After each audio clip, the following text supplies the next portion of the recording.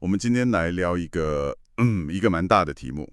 你想象一下如果我们可以打造一个工具，但它的目标不是帮你订外卖，也不是规划路线，不是做这些日常琐事。对，而是用来回答宇宙中最根本的问题，像是生命的意义是什么？意识又是怎么一回事？我们现在存在的这个现实到底是不是真的？哎，这精彩真的有点像科幻小说的情节，对不对？但这就是我们今天要聊的主角 Google DeepMind 的共同创办人 Demis Hassabis， 他脑子里可能整天都在想的事情。而且他不只是空想哦。对，他不是空想家，他最近还因为在这个方向上跨出了一大步，拿下了诺贝尔化学奖。没错，所以我们帮你把资料都准备好了，里面有他最近接受美国60分钟的专访，一些诺贝尔奖的官方资料，还有一部刚在 YouTube 上免费公开的纪录片《The Thinking Game》的精华。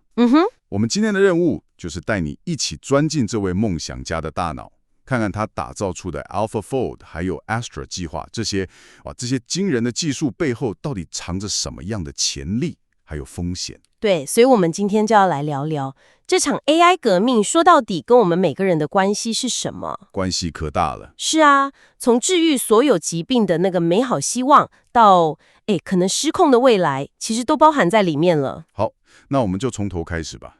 这一切都围绕着一个人这位刚拿下诺贝尔奖还立志解决智慧 （Soft Intelligence） 的家伙，他到底是谁啊？他的背景真的非常有趣，完全不是你想象中那种典型的科学家或工程师。他小时候是西洋棋神童，12岁就已经是那个年龄组的世界第2了。12岁就世界第2，这也太强了。还没完哦，17岁，当我们可能还在烦恼大学要念什么系的时候，他已经在共同设计一套全球销量破100万的电玩游戏。等一下，主题公园是我想的那个吗？就是盖自己游乐园的那个？对，就是那个 Theme Park。很惊讶吗？哇，这反差也太大了吧！从世界级的棋手，然后跳去当游戏设计师。是啊，这也显示了他思考的多元性。但他没有一直待在游戏业，他后来跑去念了认知神经科学的博士。认知神经科学？对，而且他的目标非常明确，他就是想从人类大脑的运作方式里，偷学几招，用来打造真正的人工智慧。所以他不是为了研究大脑而研究大脑，他是把大脑当成一份蓝图，想复制出一个人工的版本。完全正确，就是这个意思。纪录片里有个故事，我觉得最能说明他这个人的核心动机。他回忆起年轻的时候，有一场西洋棋比赛，下了整整10个小时。10个小时，天哪！对，结束后，他当然精疲力尽，但脑中突然闪过一个念头。他说，在场有几百位全世界最聪明的人，大家花了这么多心力，就只是为了在棋盘上移动一些木块。他突然觉得这太浪费了。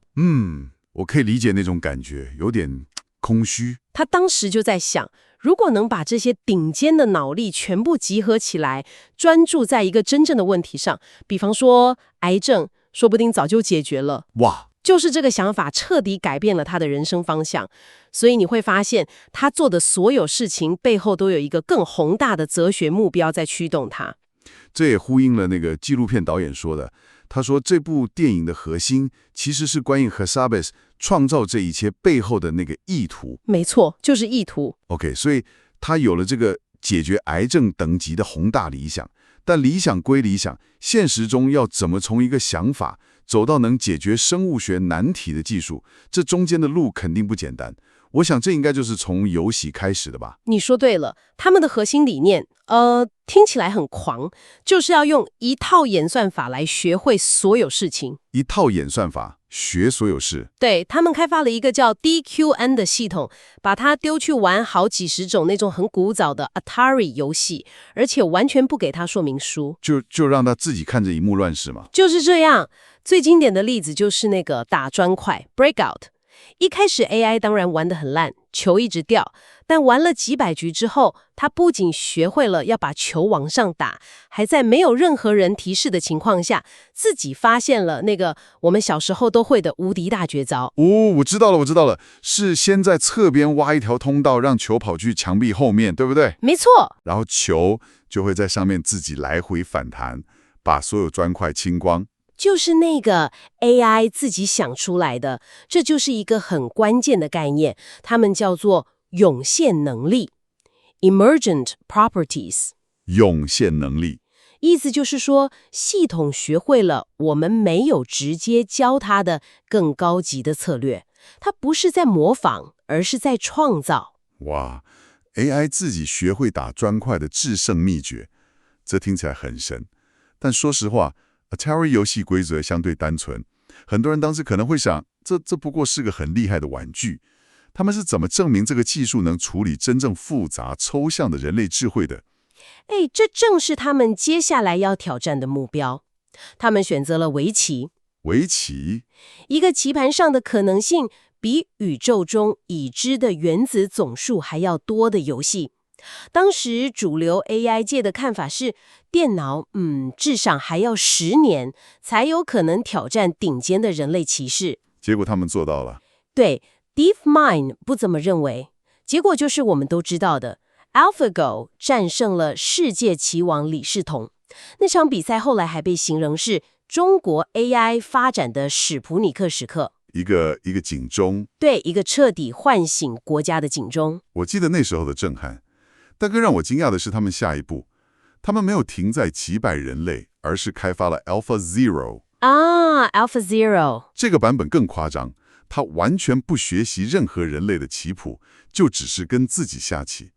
这等于是把一个新手锁在房间里，几天后出来就变成了宇宙最强的棋士，他成了自己的老师。没错，这一步就证明了他们的系统根本不需要依赖人类的知识，也能达到甚至超越人类的顶峰。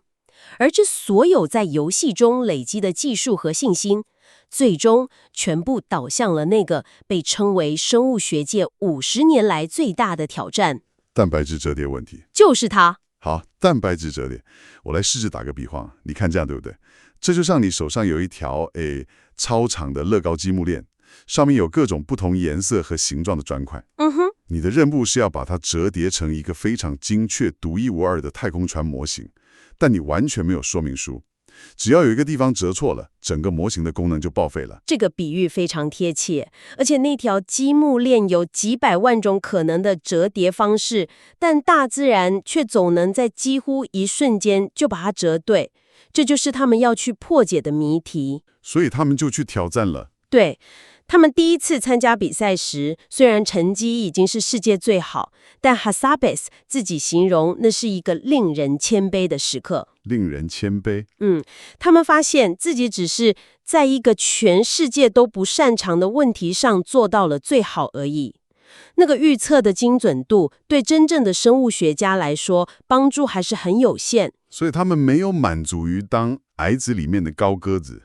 那他们是怎么突破的？纪录片里提到，他们在疫情封城期间，由一位叫 John Jumper 的科学家带领，组建了一支特工队，全力冲刺。哇，特工队！结果他们真的成功了。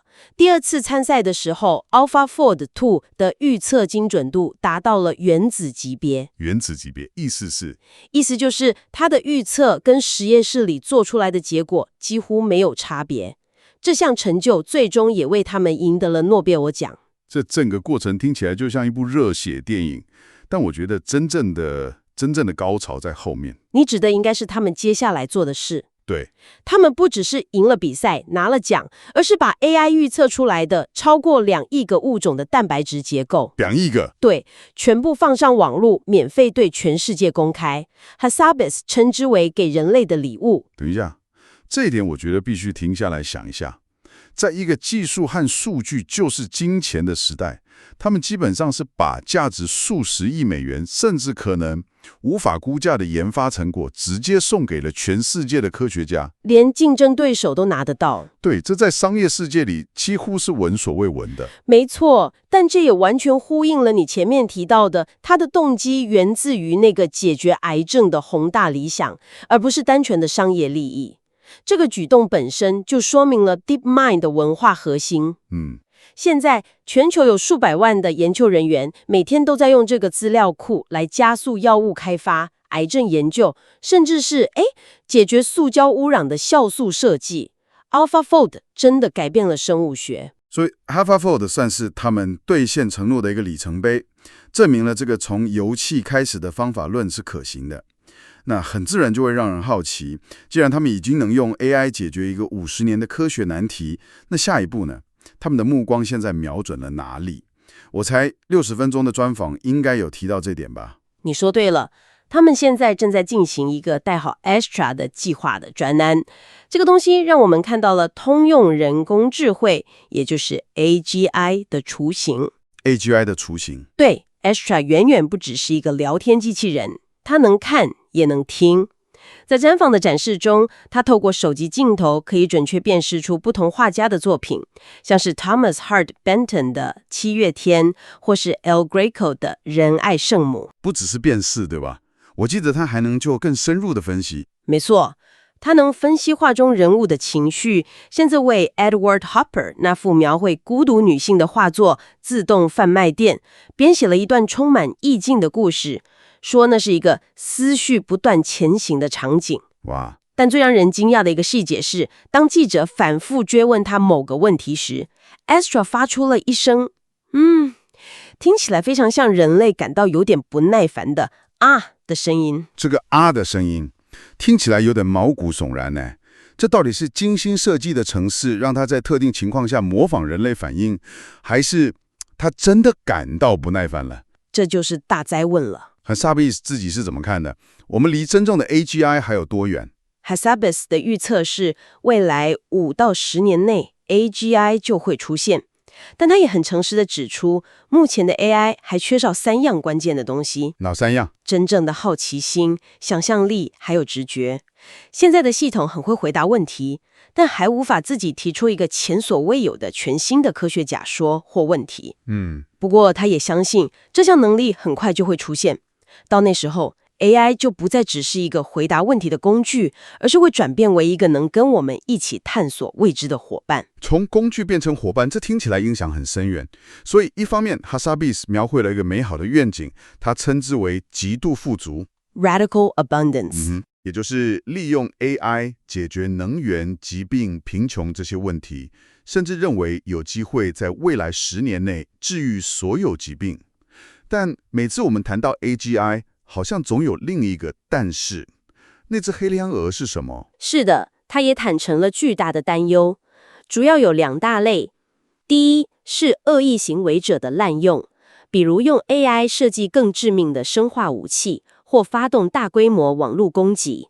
第二个担忧更根本，当 AI 变得越来越自主、越来越强大之后，我们人类是否能确保一直掌控它？这就是所谓的对齐问题 alignment problem 吧，确保 AI 的目标跟人类的福祉永远一致。没错，纪录片中甚至把 DeepMind 的研究直接类比为曼哈顿计划，也就是当年开发原子弹的那个计划。哇，这个类比很沉重。对，里面的人也强调，矽谷那种快速行动、打破常规 move fast and break things 的文化，在 AI 领域是极其危险的。因为有些东西你不能先打破了再来修补，那个后果是无法承担的。听起来他对风险有很清醒的认识哦，这点还算让人欣慰。那他提出的解决方案是什么？总不能就这样双手一摊吧？他称之为建立护栏 guardrails。他认为我们可以像教导孩子一样，教导 AI 系统人类的价值观与道德准则。用教的。但最关键的一点是，这件事不可能由单一公司或单一国家完成，它需要全球性的国际合作，就像管制核武一样。他最担心的就是各国为了在 AI 领域抢得先机，展开一场不计代价的竞赛，从而牺牲掉最重要的安全与责任。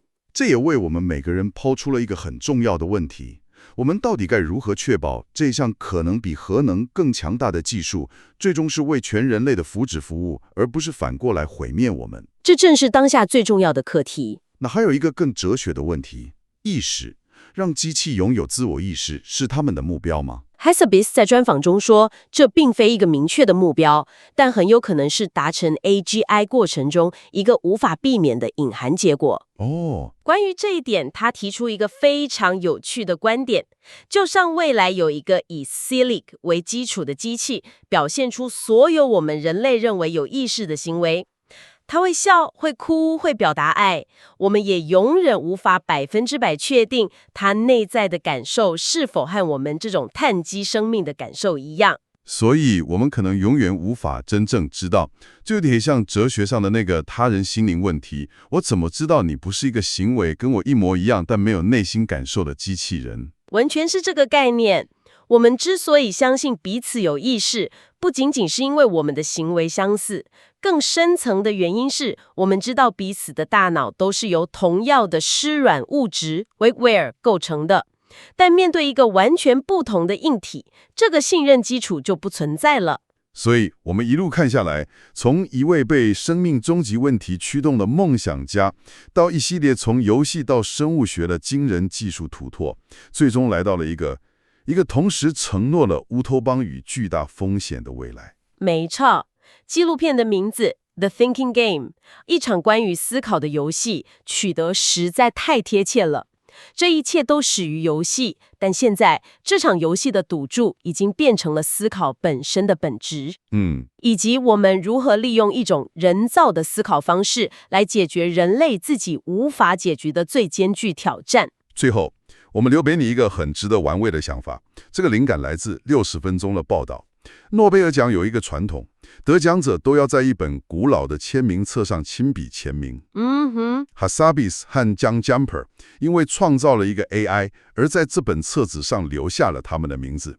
那么问题就来了，什么时候会轮到一台机器，首次在这本册子上签下他自己的名字？这真是个好问题。而更重要的是，在那之后，我们人类还需要再次签上自己的名字吗？